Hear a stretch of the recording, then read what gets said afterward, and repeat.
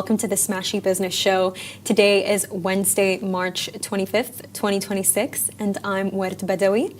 And I have Richard here with me today. Yeah, Richard here. Good morning, everyone. So for today's headlines, firstly, we're going to discuss how Iran is charging some ships that are passing through Hormuz, and Amazon has allegedly been disrupted in Bahrain, and the Saudi startup Ninja is considering an IPO in Riyadh.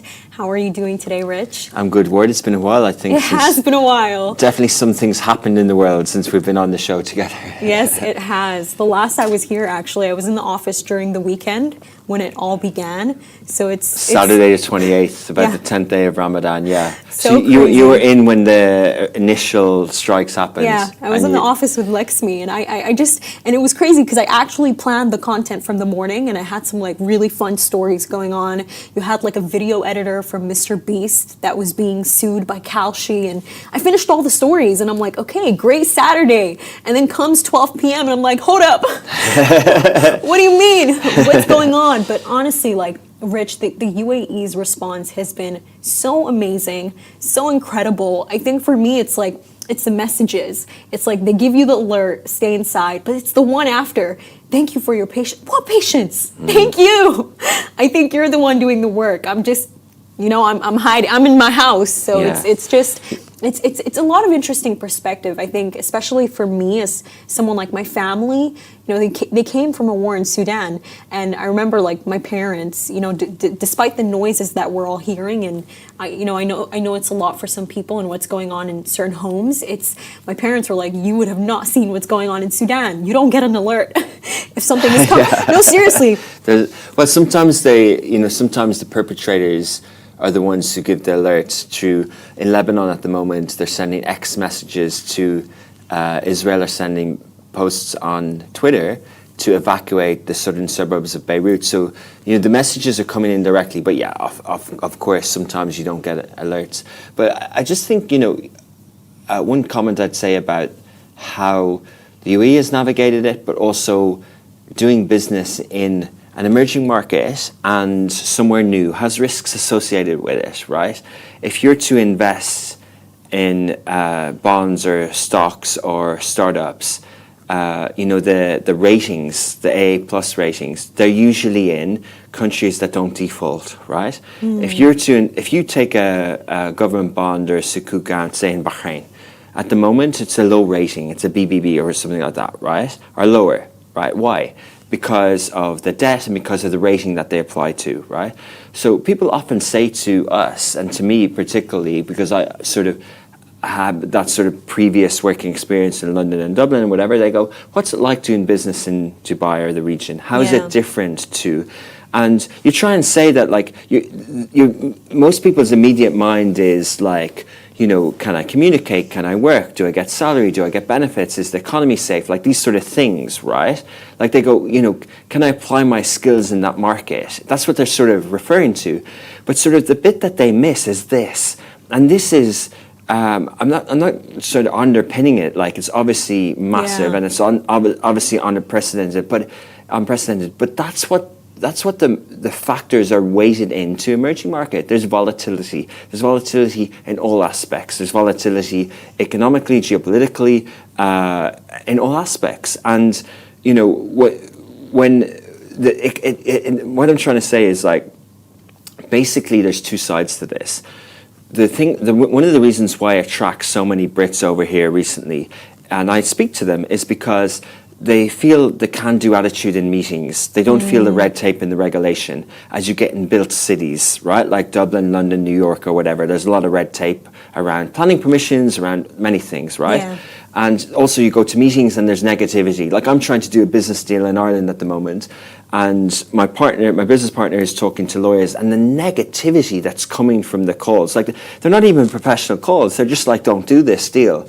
Like they're basically saying not to do it. And he's like, yeah, he's based in the US, and he's sort of, got this can-do attitude. So one of the reasons why there's a can-do attitude is because you're building something. You're an emerging market and you're moving. Yeah. But when you stagnate, when you get built, and why I sort of left London originally, almost 15 years ago, is because it stagnated. The tube was built, the buildings were built, everything was competitive, the energy wasn't there. So, however, you can steadily plan. You won't get 30-40% growth a year in your business, per se, but it won't feel exciting to builders. So builders are attracted to exciting markets with opportunity, like Dubai and the Gulf, and right? it still is an exciting market. It absolutely is, but that comes with the risk, and the risk is, so if you get carried away with the excitement and you don't deliver, then you've bought into something that you felt was a false promise. You still have to do the work. And on the flip side, the opposite to the excitement is a sudden plunge, right? And what we had in Q4 in Jan-Feb was excitement, right? Every event, everything, property, everything. And then we have a sudden plunge, right? And that's the nature of doing business in a volatile market. And what we've seen is the leaders in the Gulf are used to this, so they stayed calm. And what we saw was some people, business people, didn't stay calm. And some people who aren't used to this, they're used to like the stable sort of European way and US way of growth. Yeah. And business operators, when it goes like this, like a roller coaster, you go, oh, hang on, right? Now, every circumstance is different, but I think it's a good exercise. It's a good lesson for everyone in how we navigate the ups and downs of doing business in a volatile market. I think so too, and I think that a falling market, and this is something that is famously said, it's always poised for a rebound, which we're definitely going to see here. And I think for me, a story that just intrigued me so much, did you see Billionaires Cookies? So the founders, they put out a message. They're so lovely. They were like, after announcing that they're shutting down, after the entire conflict began, they said that, in fact, they had the highest orders ever in the history of their company, and that they have actually had investors reach out, and that they are actually open for a buyout with someone who matches their ethics. But really, honestly, Rich, what I wanted to say here about all of this is, my first perspective is, the fear, the lump of fear mongering that they're shoving down people's throats. It's so dangerous. And the reason why I believe this is because of the fact of, when you're in that state, you're going to stop, ordering from Noon Minutes. You're going to stop using the services, and that's where the problem is. And I've kind of put myself into this mindset of, okay, I'm seeing the streets, like everything's fine. I'm going to continue ordering. I'm going to continue buying, and I'm going to continue supporting businesses. There is no point to stop that, and I think that's the point of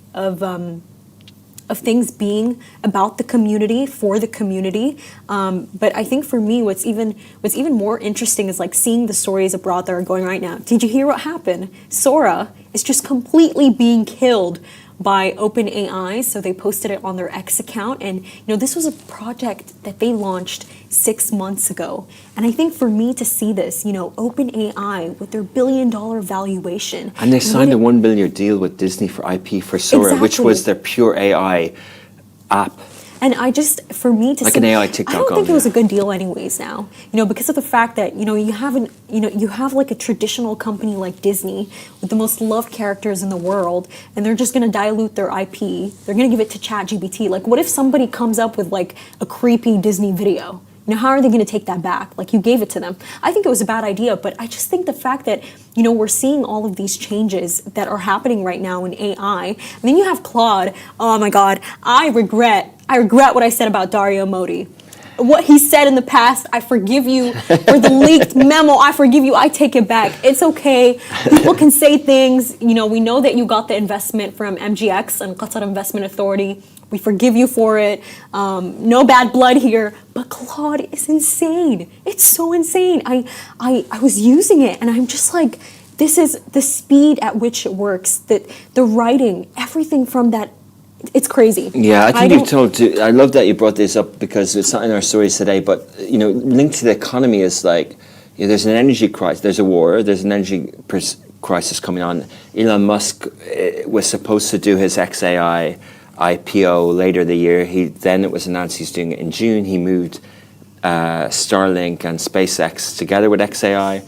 And today it's like he's going out early. So I think people are sort of seeing that there might be economic uncertainty into the later year, even after, maybe what happens with the tax and everything.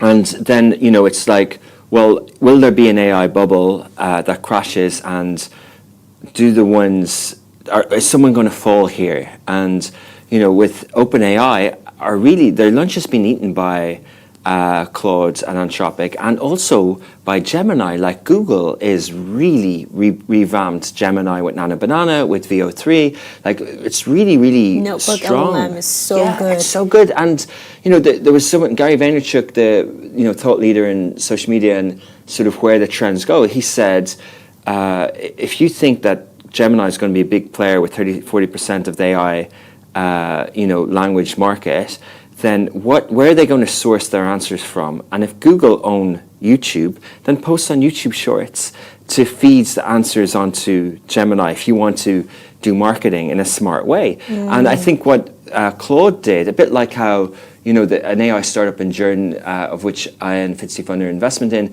Bith did the same thing. They made their bet on aggregating models. So what Claude's login now on your $29 a month gives you is access to ChatGPT and access to everything. Did you know that they sort of repositioned on that side as well? So not only is it good for answers and coding, it also gives you access to things. And I think like Claude and Replit are that sort of like more sophisticated, zero code space, whereas ChatGPT is going to be up against the Googles and the sort of straight answer people and stuff like that as well. But yeah, it's a fascinating space. And we go back to, you mentioned the Abu Dhabi investment, MJX in Anthropic, but there are question marks over the fulfillment and commitment of these investments. We've seen force majeures with energy contracts. Are we going to see force majeures clauses enacted for AI investment commitments? Because if the Gulf countries rightly so, very annoyed with what Iran has done on, we saw Dr. Sultan say it's economic terrorism, what they're doing around energy from ADNOC, but they're also annoyed with that they've had to defend themselves without US support to a degree.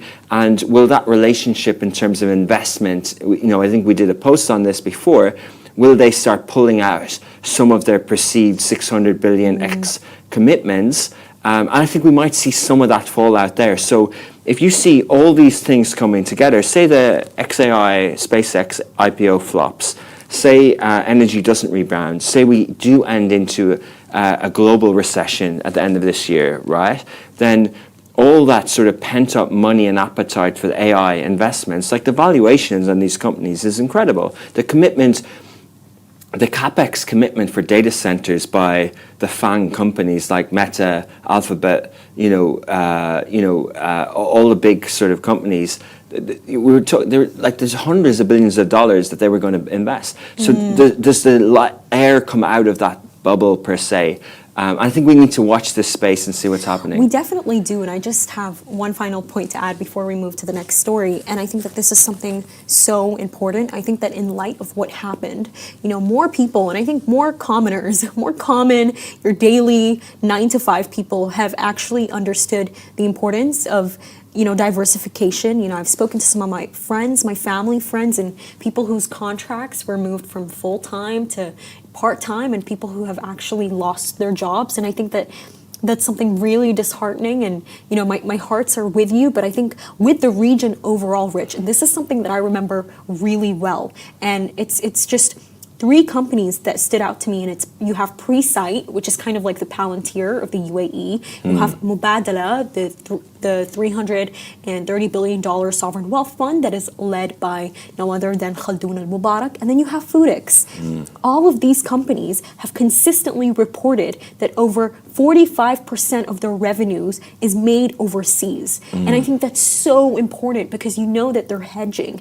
And the fact that you have that, that's why I'm not so concerned. I think the fact that they have not put all their eggs in one basket in the regions that they're actually in and they're expanding is so important. And the UAE, by the way, has confirmed that they are still going to go ahead with their $1.4 trillion commitment in America. In fact, just right now, Mubadala is going ahead with this deal in the US-led Pax Silica. It's just something to do with basically mining and confirming the future of energy conserves for the future. I don't deny that, but I think in a case of when you have to choose, do you put energy, over AI investments, like, if in a time when you need to prop things up, like banking sectors and energy sectors, we saw in Qatar that they had a 22 billion gas reserve, development. $20 billion wiped out. 17% of their liquid natural gas. I love that the numbers as percentages, but it's true because it sounds like I'm not, I'm making it up, but it's true. So they need to replace that. So where do all the monies come from? And that might become more of a priority. And the investments in AI might be stalled with QIA in the future. Who knows? Not speculating too much, but I just think we need to see that a lot of the AI thing was R&D and future investment, but there's also basic economic needs. But on a positive note, like we have the FII, the Future Investment Initiative Summit in Miami that they host every year. And we saw Tariq Amin from Humane, who met with Satya Nadella of Microsoft yesterday in Silicon Valley. And I think that's part of his trip. I haven't looked into it. I'm waiting for your research and post today, but I think he's going to obviously we'll speak. Do it. He's obviously in Silicon Valley. He's going to hop over to Miami, east to west, west to east. And then, we see Donald Trump is speaking there at the Saudi-led FII event on Friday in Miami. And I think, a lot of these partnerships are going to continue. Trump spoke about Saudi today. And, so that sort of alignment will continue. I don't mean they're going to pull everything out of changing strategy too much, but I just think economically they could be tested where all the money goes. They'll perhaps reduce the budgets, and I think with both of them, and specifically the UAE and Saudi, that's why they have so many entities that are directed at specific purposes, and that's why we're seeing right now Mubadala is still going ahead with this deal with Pax Silica. But just to move to our first story of the day, Iran has started charging transit fees on some commercial vessels passing through the Strait of Hormuz, according to Bloomberg. The move effectively creates an informal toll on one of the world's most critical energy corridors, raising concerns over control of a route vital to global oil and gas flows. Payments are said to be up to $2 million per voyage are being sought on an ad hoc basis,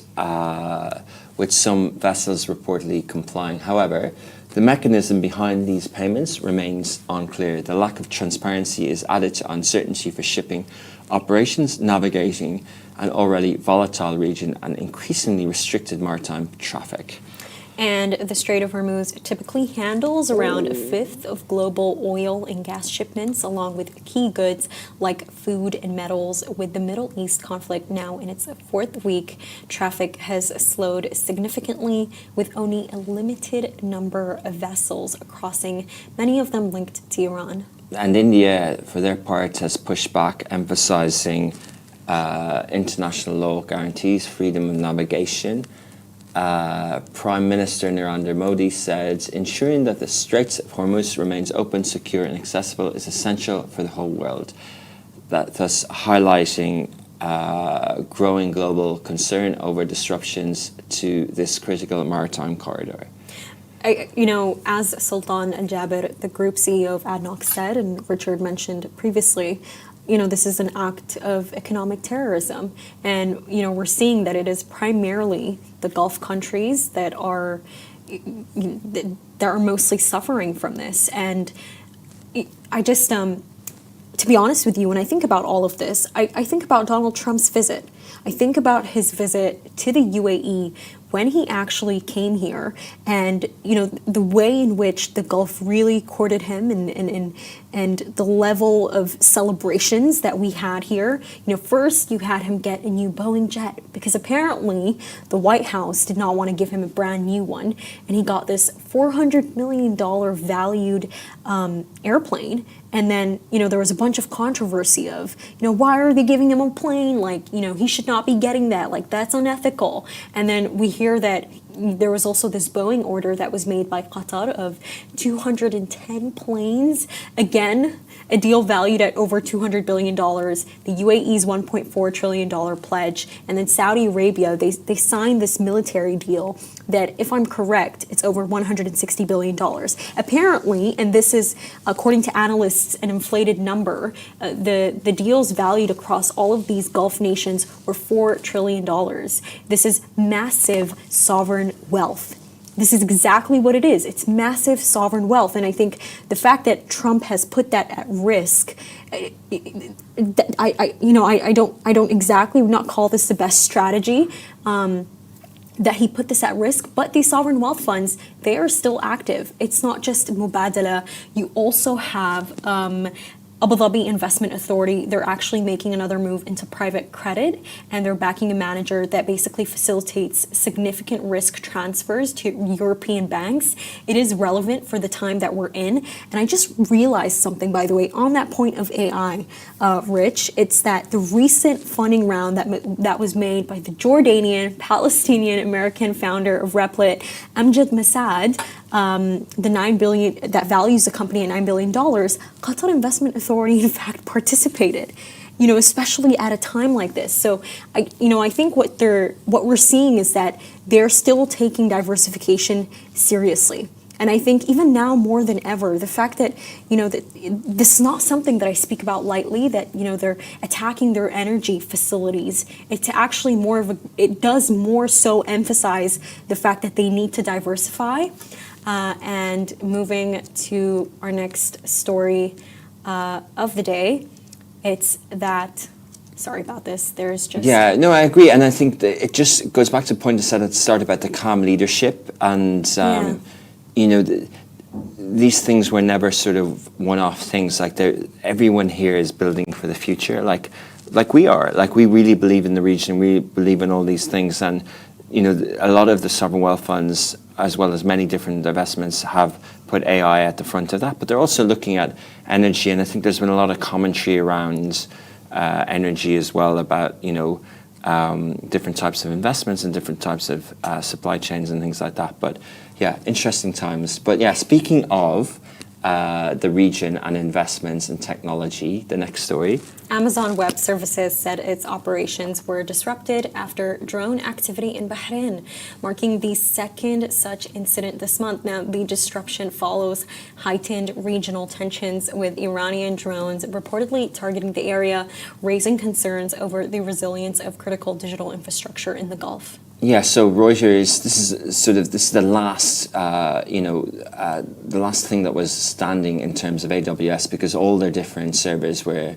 taken down about 2 weeks ago. Reuters, citing an Amazon spokesperson, said that the disruption was linked to drone activity nearby. It remains unclear whether the Bahrain data center was directly hit or affected by surrounding strikes. Amazon did not immediately clarify the extent of the damage impacted to its infrastructure. So many years ago, there were no data centers for clouds in the region, apart from in Israel. And in the last sort of 5-ish years, there were small ones in UAE, but the big players, the big cloud players like, Azure from Microsoft and AWS and Google didn't launch their cloud services in the region. And then through JVs and different initiatives they did, so people were able to have their data sovereignty in the country in a way, and also closer to proximity for latency and everything like that. So we see lots of companies disrupted. Our streaming service, which streamed the Bahrain Khalifa President's Cup final on Wednesday night, was also impacted by this, but luckily, and alhamdulillah, our DevOps team are amazing, and their turnaround time are incredible. So very, very minimal disruption. But they had to sort of find contingency and find different data centers quite quickly. And overall, earlier this month, 3 Amazon Web Service data center facilities across the UAE and Bahrain were stuck, disrupting services for at least 48 hours. Now, Amazon has advised customers in affected regions to migrate workloads to alternative locations as a precaution while the situation continues to evolve. Overall, Bahrain has intercepted 147 ballistic missiles and 282 drones since the conflict began, according to the Bahraini Defense Force. Now, the scale of interceptions highlights the intensity of the ongoing threats and the increasing vulnerability of both physical and digital infrastructure across the region. I think that overall, especially during Ramadan, I think the entire conflict, what it did also do is it also overshadowed the great work that kind of came during Ramadan. I think from the companies that really stood out to me, the independent food company by Aman al-Marri and Deem al-Basim. Deem is from Saudi and Aman is from the UAE. Great marketing during Ramadan. I did notice that a lot of companies obviously paused their marketing like midway, and then they started to like market their treats and everything in like the last 6 days of Ramadan.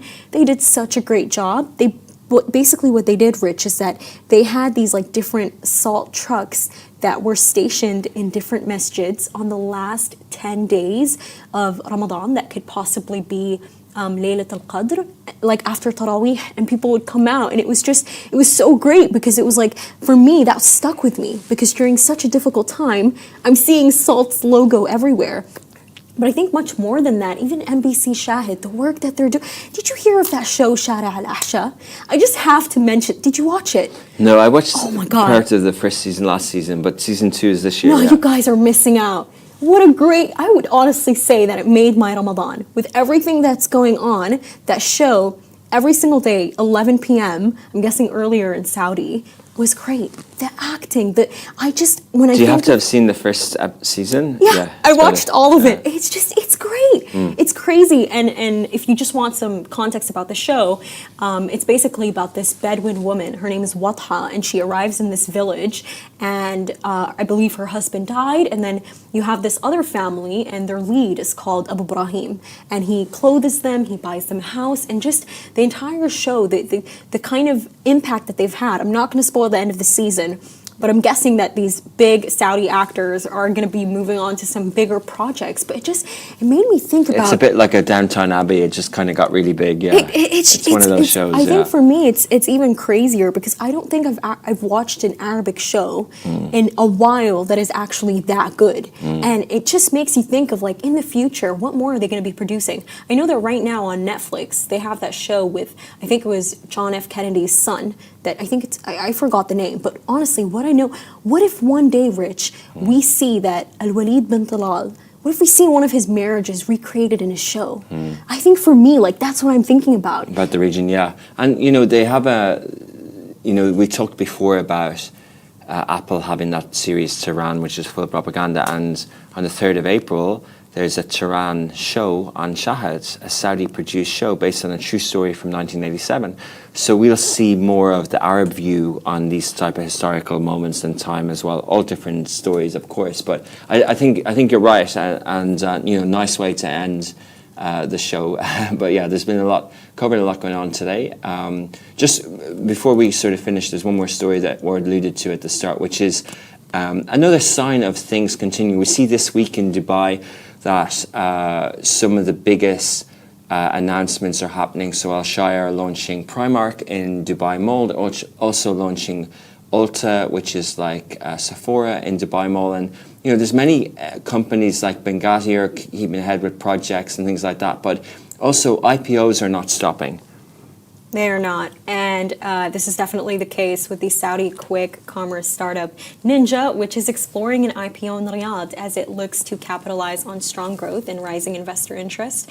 Now, founded in 2022, the company has rapidly scaled positioning itself as a key player in the kingdom's expanding technology sector.